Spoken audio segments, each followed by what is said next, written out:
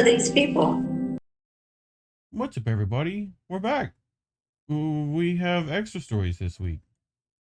Now that we can Yeah. upload them. Yes. So we're also trying out vertical video. We'll see how that works. Looking at you, Instagram. Hopefully you're doing all right. But Instagram, TikTok, yep. YouTube Shorts. We're going for all the things now. Yeah, all the things. So sign up to INN if you haven't done that before. It'll be in the little doobly-doo. Is there a doobly-doo? I don't know. We'll figure it out. Anyway, to our story. We have, you brought a Joe video. Actually, I didn't. I think you did. I think you told me to bring it, so I brought it. Yeah, I told you to bring it, but yeah, but we want to give our friend Joe some love. Yep. Shut the fuck up, shit lip.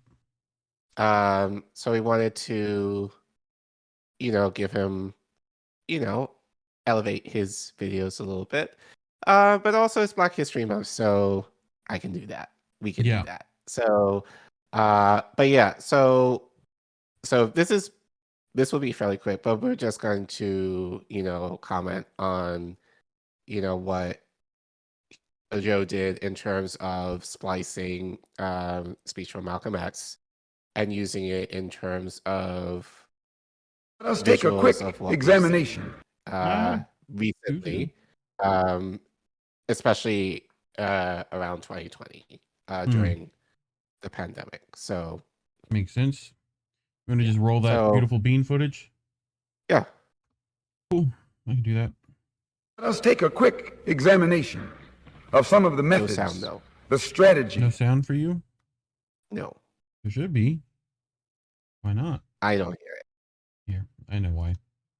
It's okay. It happens from time to time. The sound gets kind of shy, and you gotta like tell it, like, hey, do the thing. Here. Let's take a quick examination of some of the methods, the strategy employed by white liberals to harness and exploit the political potential energies of the so-called Negro in America. There's no such thing as a Negro revolution. There's a black revolution, but not a Negro revolution. Who ever heard of a nonviolent revolution?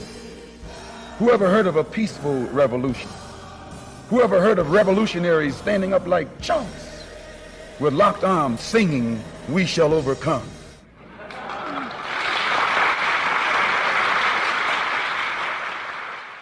The Negro revolt is controlled by the government. The leaders of the Negro revolt, the so-called Negro civil rights leaders, are subsidized, influenced, and controlled by white liberals in all of the demonstrations that are taking place in this country. For desegregated lunch counters, theaters, public toilets are just artificial fires that have been instigated by white liberals and is being called the Negro Revolt in hope that they can use it to fight off the real black revolution. The Times reported the president as warning these editors that they must give at least some token gains to the moderate Negro leaders in order to enhance the image of these moderate Negro leaders in the eyesight of the black masses.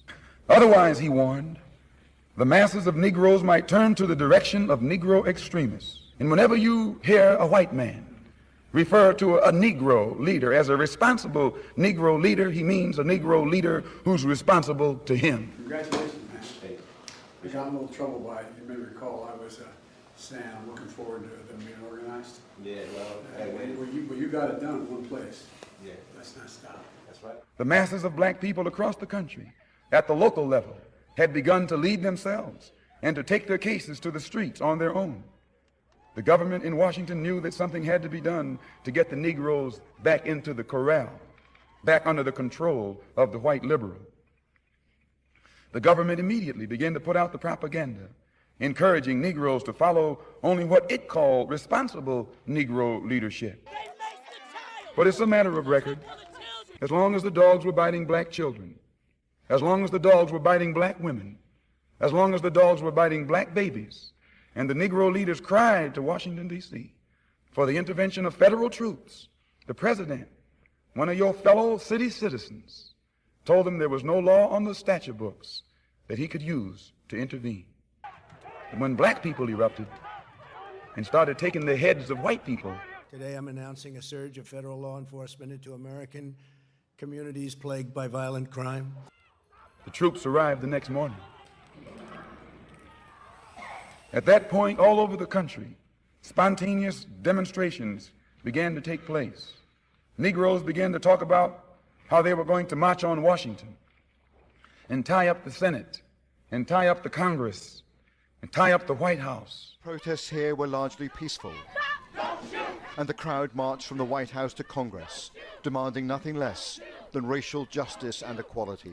This frightened the government. It frightened the white power structure in Washington, D.C. The president called in the Negro civil rights leaders and told them to bring this thing to a stop. They had gone far enough. They were deviating from the script. But the Negro civil rights leaders told the president they couldn't stop it because they didn't start it. They couldn't bring it to a halt. They weren't even leading it. It's spontaneous. It's at the grassroots level. It's in the hands of the masses. It's in the streets. It has no leadership whatsoever. That was why it was so militant. When the president saw that he couldn't stop it, he joined it. He endorsed it. He welcomed it.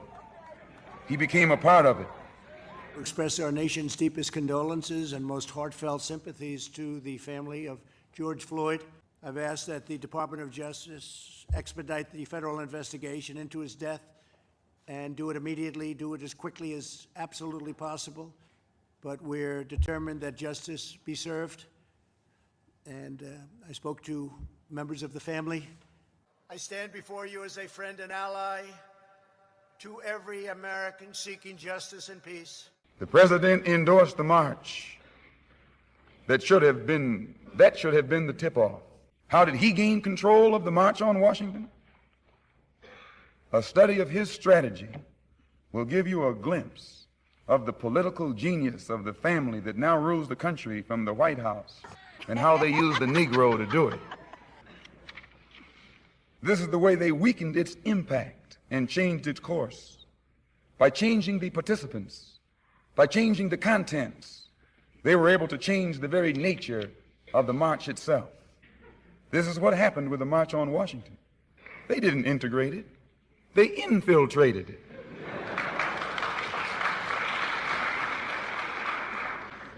It ceased to be a black march. It ceased to be militant. It ceased to be angry. It ceased to be impatient. In fact, it ceased to be a march. It became a farce. It became a picnic, an outing with a festive circus-like atmosphere, with clowns and all. This shows John F. Kennedy's shrewd strategy. In fact, that's what that F stands for, the fox.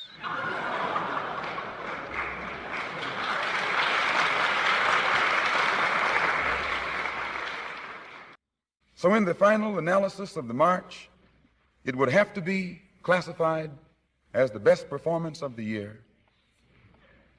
In fact, the best performance of the century. It topped anything that Hollywood could have produced. And to the 6 Negro civil rights leaders also should go an Oscar for the best supporting cast. Hey, let's do this. They all took a picture. They all took a picture before they went in and sold you out. They all went in and took a picture. Let's do this, Rashid Tlaib. Let's do this. They're all posers. They're all celebrity posers who love the celebrity of who they are. That's their brand. And if you don't see that, fucking wake up, chump.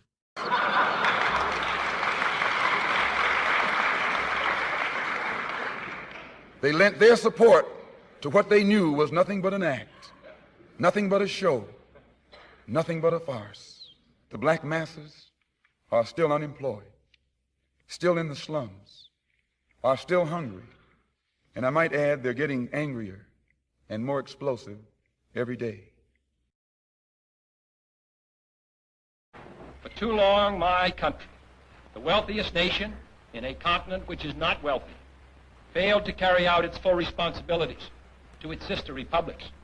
We have now accepted that responsibility, In the same way, those who possess wealth and power in poor nations must accept their own responsibilities. They must lead the fight for those basic reforms which alone can preserve the fabric of their societies. Those who make peaceful revolution impossible will make violent revolution inevitable. So he said that shit too, huh? Interesting. Yeah. Okay. Thoughts, Kyber? I mean, I think it was Daniel Lupker from Harlan's Media who says history doesn't necessarily repeat itself, but it does rhyme. Yes. So, yeah, it's hard to watch given what Malcolm X said. Yeah. Have it be almost verbatim. Almost like same timeline exactly. and like Exactly six. verbatim.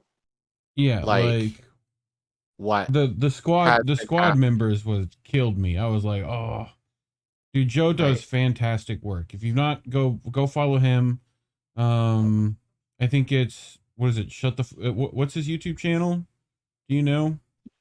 It It's should, here, I got it. It's just Joe. yeah, just Joe. We'll put the link in the description below for you, and you know, go find that and click Go more find info this, or whatever you're gonna do. and then other videos he has. But it's and we talked about this I think now 3 weeks ago regarding AP African American history. For all intents and purposes is basically being cut. Right. And I strongly believe this is why. Because God forbid a teacher teach this in terms of having Black children in particular know of an ancestor who was calling out the dangers of government and to a larger degree the dangers of capitalism and what we must do in order to overcome that. And as we know, you know, our politicians are bought by these corporations who want to continue this capitalistic bend in our society because that's how they make their money. So, yep. So it's hard because we have this and we're still doing the same things that Malcolm X spoke about in the 60s and we're now doing in the 2020s. Yes. So it doesn't give me much pleasure. I mean, the way Joe kind of spliced up everything was fabulous, but yeah, it's hard to watch because it shows we haven't learned anything. But yeah, go check out Joe at STFU shitlib on YouTube's shitlib 2. That's what it is. You can see that hopefully, you know. So go find him there. Does good work, but yeah, I mean that to me was part of the problem, right? Like the fact that we're still having to like say the same thing continually, like to the point where Malcolm X is literally able to speak in the future to future problems that are here and being used and people still being exploited. And yeah, I mean, good work. I appreciate that. Good stuff. Go check Joe out. Anything else? I think that's it. I mean, the only thing I gotta say is, as we said in one of our other channels, listen to our leaders. You know, listen to the leaders who came before, who did this work, and I think that's more of a reason why I think, especially on the left, we really need to really kind of hone in on local activists Yeah. and people like Malcolm X who spoke of this, because there's a wealth of wisdom there that we're not tapping into to kind of bring about the change that we want to see. And So yeah, I- stay tuned. yeah, Like we'll be covering more of those people for sure. So do all the things, do all the engagement stuff, like, comment, subscribe, hit the likes, hit the bells, do all the stuff. But otherwise, how do I do this again? Oh yeah, that's right. I remember. Labels are bad, kids. Stay independent. Good night, fam. and